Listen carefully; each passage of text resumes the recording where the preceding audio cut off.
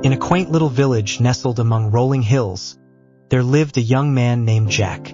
Known for his carefree demeanor, Jack had a knack for putting things off. Chores, work, dreams, all of it could wait, despite his family and friends constantly urging him to take life more seriously. Jack shrugged it off. "There's always tomorrow," he'd say with a grin.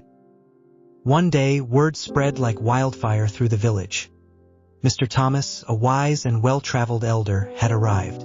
Villagers said he had the power to change lives with his profound insights.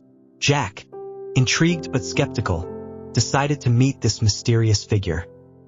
Under the shade of a grand oak tree, Jack found Mr. Thomas seated calmly, surrounded by curious villagers. When it was Jack's turn, he stepped forward and bowed respectfully. "Sir," Jack began, "people say you can solve problems and guide those who are lost. I feel like I've been wasting my life. Can you help me?" Mr. Thomas studied Jack for a moment, then reached into his bag and pulled out a small, elegant hourglass. Handing it to Jack, he said, "This hourglass holds the secret to understanding life." Jack examined the hourglass, watching the sand grains trickle from the top chamber to the bottom. "Each grain of sand," Mr. Thomas explained, "represents a moment of your life. Once it falls, it's gone forever. Time is your most precious resource, yet you squander it as though it's infinite." Jack stared at the hourglass, the weight of Mr. Thomas's words sinking in. "But how can I change?" Jack asked earnestly. "I've wasted so much already." Mr. Thomas smiled kindly. "The past is gone, but the present is yours to shape. Begin with small, intentional steps. Set goals, break them into smaller tasks, and tackle them one by one. Focus, and let no moment slip away without purpose." He paused, then added, "And don't forget, time isn't just for work. It's also for love, laughter, and growth. Balance is key." Determined to change, Jack went home and started small. He made a daily schedule, cutting out distractions and dedicating time to meaningful activities. At first, it was challenging, but with each passing day, it became easier. Jack began to accomplish tasks he had avoided for years, repairing the family's broken fence, helping his mother with her garden, and even pursuing his dream of painting. As he worked, he found joy in seeing his efforts bear fruit.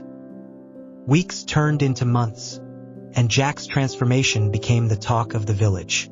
He had gone from the laziest young man to one of the most hardworking and inspiring individuals. Yet, what surprised the villagers most wasn't just his newfound productivity. It was his warmth. Jack made time for the people in his life. He shared meals with his family, listened to his friends' stories, and helped others in the village with their struggles. He had come to realize that the true value of time lay not just in tasks accomplished but in moments shared and lives touched. Years later, Jack stood where Mr. Thomas had once sat, now an older man himself. The village had gathered to honor him for his wisdom and the remarkable life he had built. Holding the same hourglass Mr. Thomas had given him years ago, Jack addressed the crowd. "Time is fleeting," he began, "but its value is limitless. Each of us has the power to shape our days, our lives, and our futures with how we choose to spend it. Don't wait for tomorrow to start living. Make every moment count."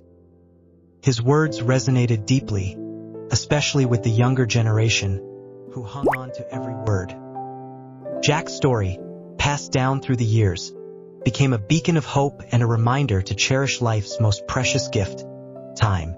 And so, the village thrived, carrying forward the lessons of a once lazy boy who learned to treasure each fleeting moment.